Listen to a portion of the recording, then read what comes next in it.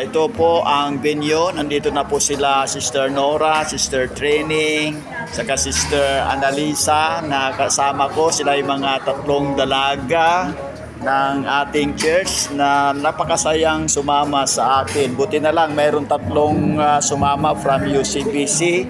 Pero itong venue na ito napakaganda. Hindi pa po mag-umpisa ang programa dahil marami pang mga darating na dala-dala na nila dito bilang paghahanda sa karawan ni Julian Binavista. So nag-aayos ang mga waitress po dito sa Likurin Restaurant. Napakaganda ang Likurin Restaurant. Pwede pala dito ang buffet, bagamat ito ay nakadisenyo para sa mga regular na pagsisilbi nila, na ito ay yung hiwaan po ito. Yung magtuno-tuno tayo dito, Korean foods pala ang siniserve dito sa Likurin Restaurant.